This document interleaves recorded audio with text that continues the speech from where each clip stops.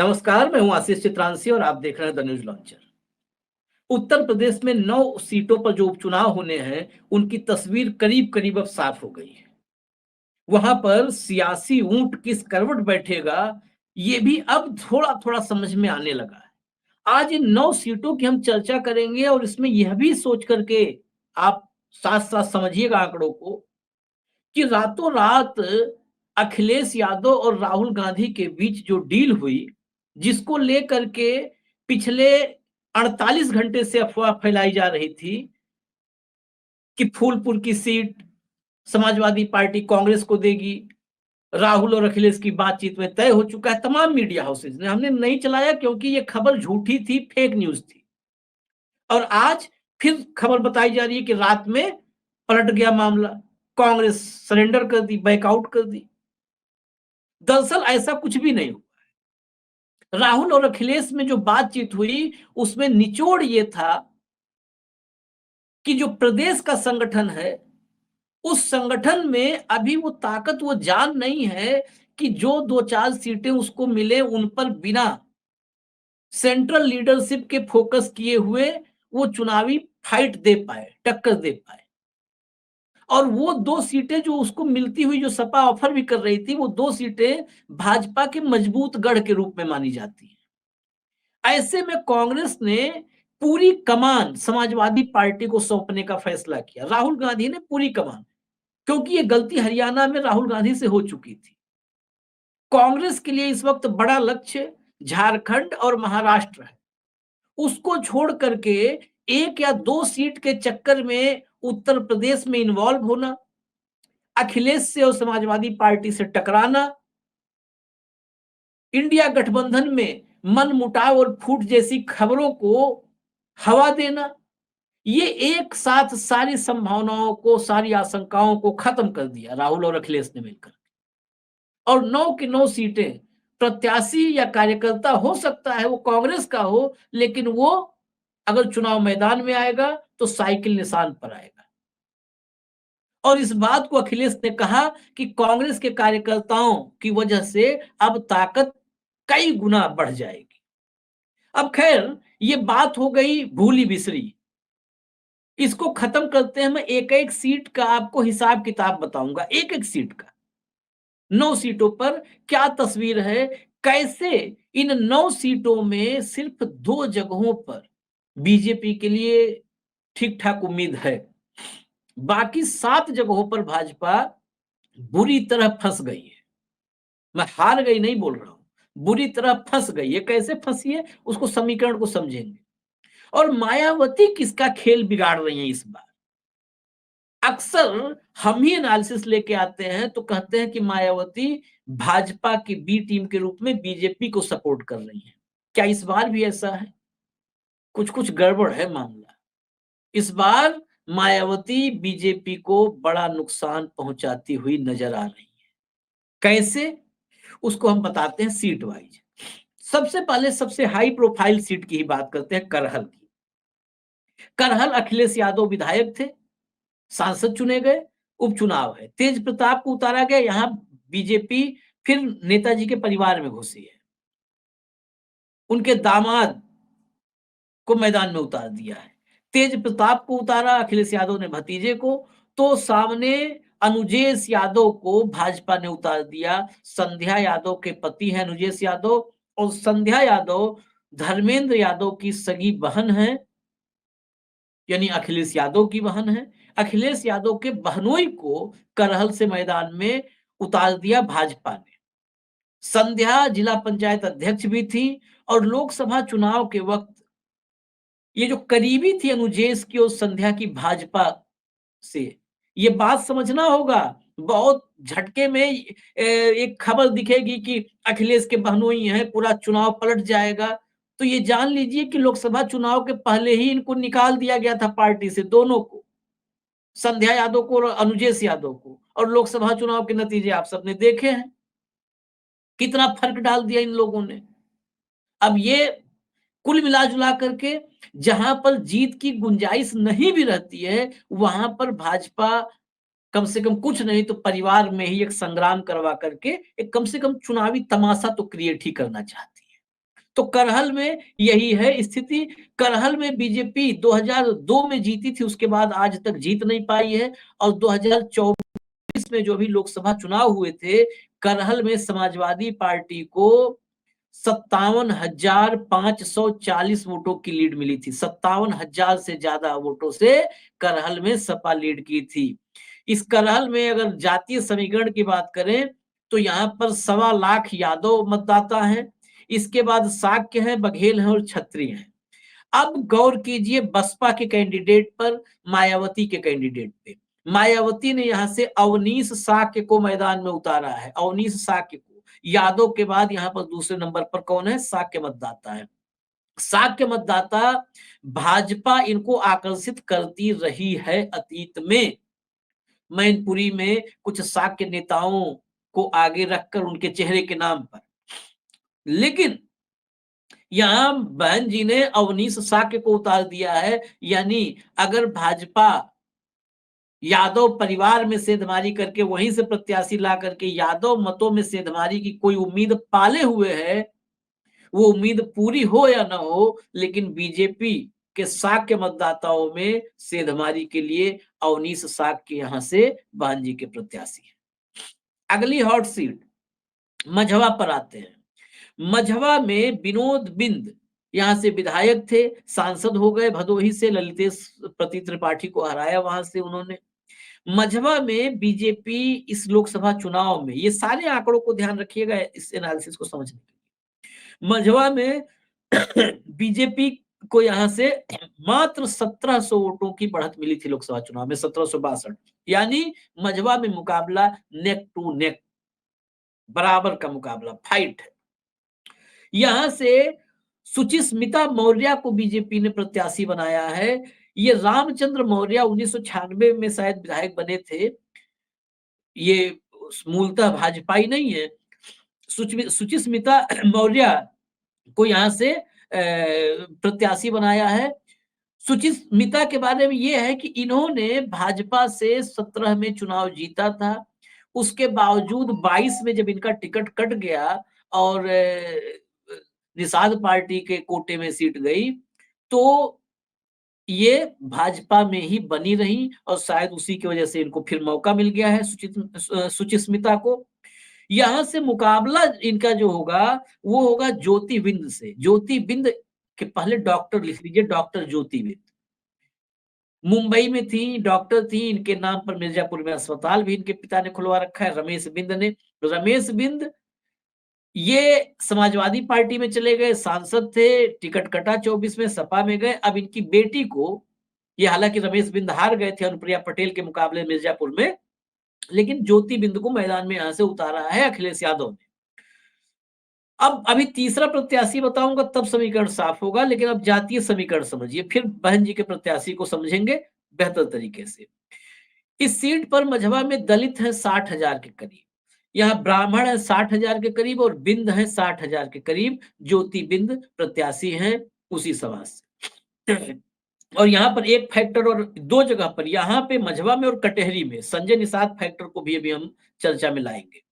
तो बिंद 60,000, ब्राह्मण 60,000, दलित 60,000, कुशवाहा 30,000, पाल 22,000, राजपूत 20,000, मुसलमान 22,000 और पटेल 16,000। यहाँ पर जो निषाद मतदाता है वो संजय निषाद को जिस तरह से इग्नोर किया गया है, दरकिनार किया गया है, जो थोड़े बहुत निषाद मतदाता भाजपा के साथ थे वो भी रूठ सकते हैं यहाँ पर। और संजय निषाद ने जिस तरह सीधी चेतावनी दे दी थी कि अगर हमारे सिंबल पर हमको नहीं प्रत्याशी मिलता है तो हम इस चुनाव में कतई साथ नहीं देंगे। तो एक तो हो गया सबसे बड़ा जो यहाँ पर स्टेक है बिंद मतदाताओं का, वो बिंद। मौर्य कुशवाहा की अगर बात करें एक साथ तो 30,000 के आसपास वोट है इनका। बिंद 60,000, ये भाजपा के लिए खतरा। ब्राह्मण यहाँ 60,000 है। ब्राह्मण प्रत्याशी दीपक तिवारी बहन जी के प्रत्याशी हैं। मायावती ने यहां से बहुजन समाज पार्टी से दीपक तिवारी को मझवा से प्रत्याशी बनाया है। तो ब्राह्मण अगर, और ब्राह्मण नाराज रहे, खुश रहे, जैसे रहे तैसे रहे, लेकिन आखिरकार वो जाते हैं तो बटन कमल के फूल वाला थोड़ा दबी जाता है उनसे, जाने अनजाने। तो अगर ये दीपक तिवारी ने इस ब्राह्मण मतों में सेंधमारी कर ली, तो जो 1700 वोट का अंतर था लोकसभा चुनाव में, वो भी मामला पलट सकता है और मझवा बुरी तरह फंस सकती है, मझवा सीट। ये सबसे महत्वपूर्ण यहाँ पर दीपक तिवारी की भूमिका मुझे नजर आती है फिलहाल। आते हैं कुंदरकी सीट पर, मुरादाबाद की। कुंदरकी सीट ये जियाउर रहमान बर्क यहाँ से जो है विधायक थे। शफीकुर रहमान बर्क साहब सबसे बुजुर्ग सांसद हुआ करते थे। उनके निधन के बाद जियाउर रहमान बर्क संभल से सांसद हो गए। कुंदरकी सीट खाली हुई। कुंदरकी में हाजी रिजवान 3 बार के एमएलए कुंदरकी से हैं। 2022 में इनका टिकट भी कट गया था और टिकट कटने की वजह से हाजी रिजवान ने समाजवादी पार्टी छोड़ दी थी। उनको अखिलेश यादव ने उतार दिया है मैदान में, तो एक मजबूत प्रत्याशी हैं। रामबीर सिंह ठाकुर, ये कई चुनाव हार चुके हैं, वो यहाँ से मैदान में है भाजपा से।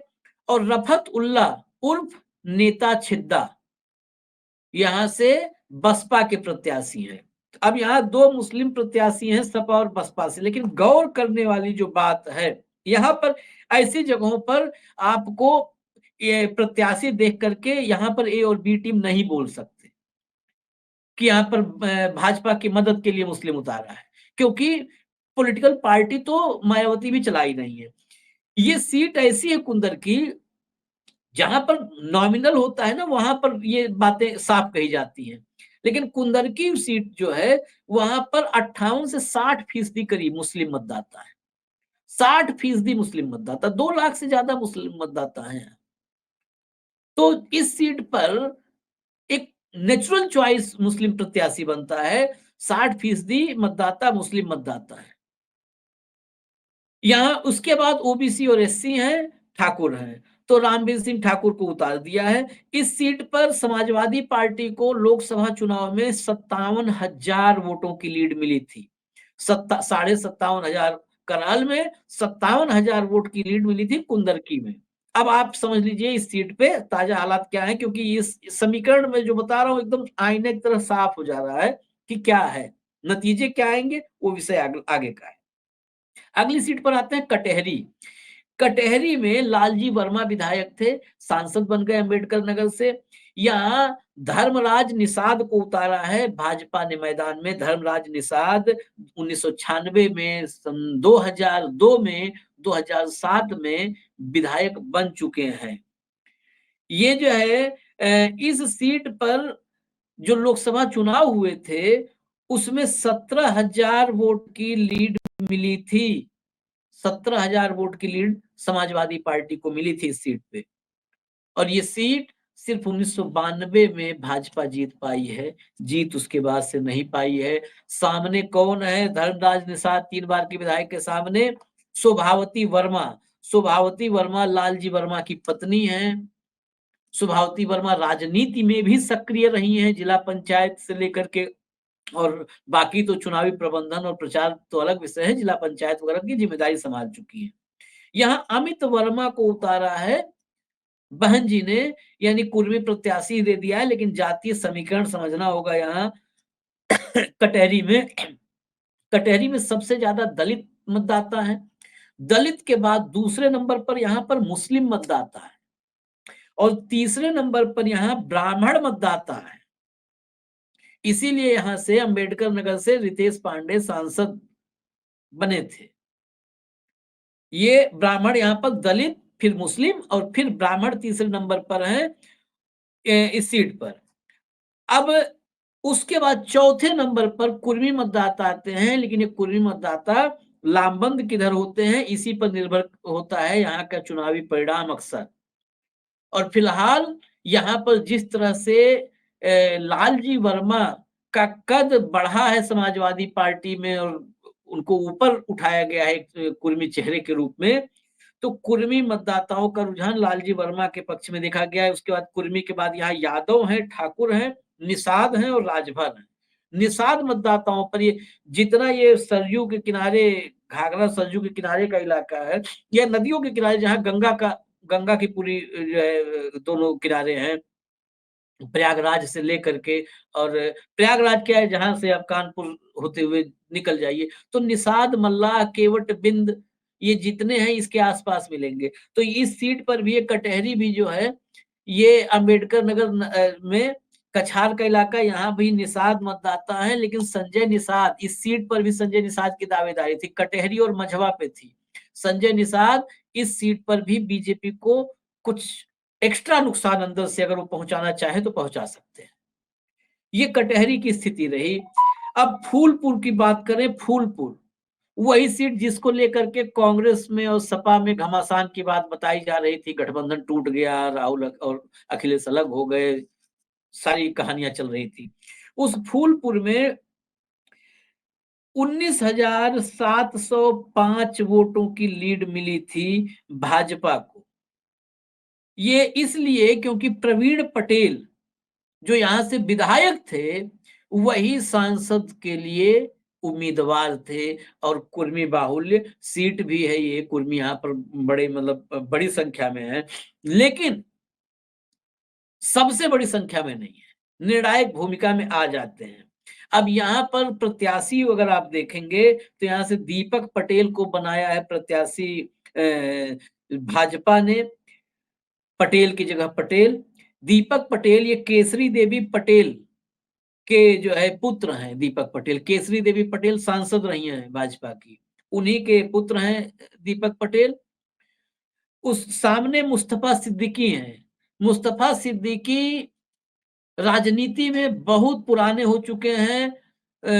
बदकिस्मती कहिए या चुनावी उठापटक कहिए, पिछली बार 2022 के विधानसभा चुनाव में मात्र 3,000 वोट से ये हार गए थे। इन पर फिर जो है दांव लगाया है अखिलेश यादव ने मुस्तफा सिद्दीकी पर। और अब अगर इन दोनों के साथ हम यहाँ पर जरा नजर डालें जातीय समीकरणों पर, तो फूलपुर में सबसे ज्यादा जो मतदाता हैं वो हैं दलित मतदाता, ये करीब 22% के आसपास दलित मतदाता हैं। यादव 20% यहाँ है, मुसलमान 14% यहाँ पर हैं, करीब इतने ही कुर्मी हैं, और 10% 11% के आसपास सवर्ण मतदाता हैं। अब इसमें मायावती वाले फैक्टर पे अगर जरा ध्यान दे दिया जाए, तो यहाँ पर पासवान प्रत्याशी उतारा था बहन जी ने, और प्रत्याशी को बदल दिया, शिवबरन पासी, पासी को बनाया था। एग्जैक्ट में पासवान और पासी में अगर कोई हो जाए तो मैं पासी, शिवबरन पासी को पहले बनाया था। दलित मैंने बताया 22%, शिवबरन पासी को बहन जी ने यहाँ से उम्मीदवार बनाया था, लेकिन फिर चेंज कर दिया और जितेंद्र कुमार सिंह को यहाँ से मैदान में उतार दिया। बाकी ये सारी तस्वीरें, जातीय समीकरण आपके लिए मतलब तस्वीरें साफ कर रहे होंगे। मीरापुर पर चलते हैं। मीरापुर सीट 2009 में यहाँ पर मिथिलेश पाल जो भाजपा के प्रत्याशी हैं, मिथिलेश पाल ने नूर सलीम राणा, कादिर राणा के भाई को 2009 में हराया था। मिथिलेश पाल फिर से यहाँ बीजेपी के उम्मीदवार हैं। इनके सामने समाजवादी पार्टी से सुम्बुल राणा है और बसपा से शाह नजर हैं। वजह क्या है कि मुस्लिम यहाँ पर करीब-करीब 38% है, 38% है। लेकिन मुस्लिम जाएंगे किधर? मुस्लिमों का किधर झुकाव होगा? कौन प्रत्याशी भारी भरकम है? ये समझने के लिए सुम्बुल राणा को समझते हैं। सुम्बुल राणा एक कम उम्र की अभी लड़की है।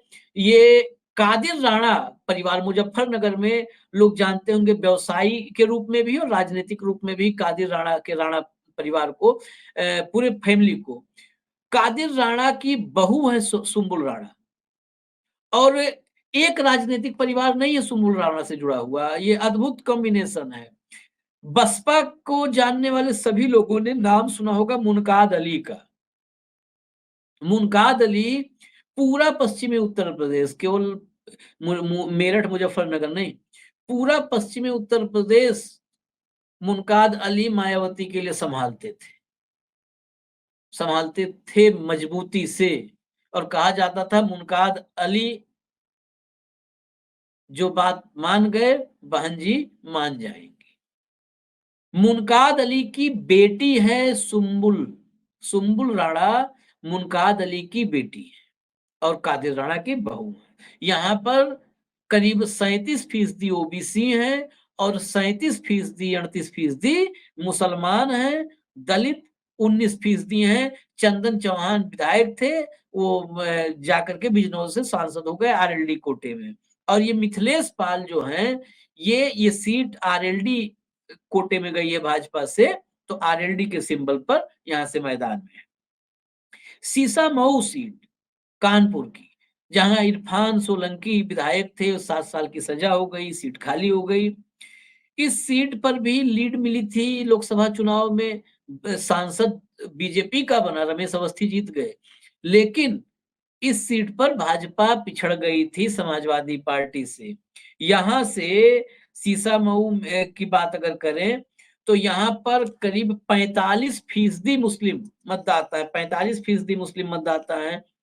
उसके बाद ब्राह्मण हैं, फिर दलित हैं, कायस्थ हैं, वैश्य हैं, यादव हैं, सिंधी और पंजाबी हैं। लेकिन 45% मुस्लिम मतदाता हैं।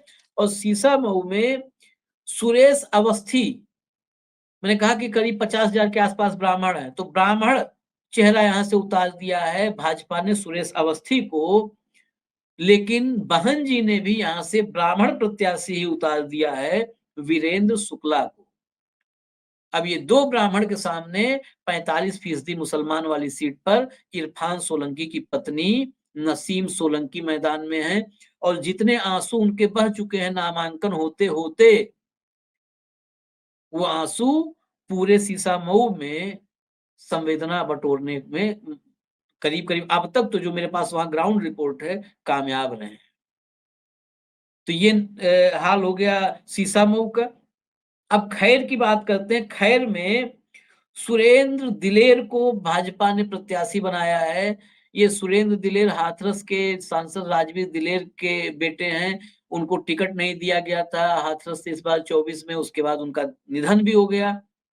तो अब जो है कवर करने की कोशिश है, तो सुरेंद्र दिलेर को यहाँ दिया गया है। और डॉक्टर चारू कैन, ये समाजवादी पार्टी के सिंबल पर मैदान में है। ये खैर सीट कांग्रेस को ऑफर की गई थी, तो ये सिंबल पर मैदान में है। कांग्रेस और सपा के कार्यकर्ता अगर दोनों यहाँ पर, अभी खैर में बसपा प्रत्याशी का नाम सामने नहीं आया है, लेकिन अगर ये दोनों मजबूती से लड़ते हैं तो खैर सीट की स्थिति देखने वाली होगी। खैर ये सीट दलित, यहाँ पर सबसे सबसे ज्यादा जो प्रभावी फैक्टर है वो दलित मतदाता है। अब दलित मतदाताओं में डिवीजन किसके हिस्से में ज्यादा दलित मतदाता जाते हैं, वही फैसला होगा इस सीट की। एक सीट और बची है, महत्वपूर्ण सीट है गाजियाबाद। गाजियाबाद सदर की सीट, शहर की सीट जो है, ये भाजपा का गढ़ मानी जाती है सीट। यहां से अतुल गर्ग विधायक होते चले आ रहे थे, लेकिन अतुल गर्ग को इस बार जो है लोकसभा चुनाव में उतार दिया गया, जनरल वीके सिंह का टिकट काट दिया गया, अतुल गर्ग सांसद हो गए, सीट खाली हो गई।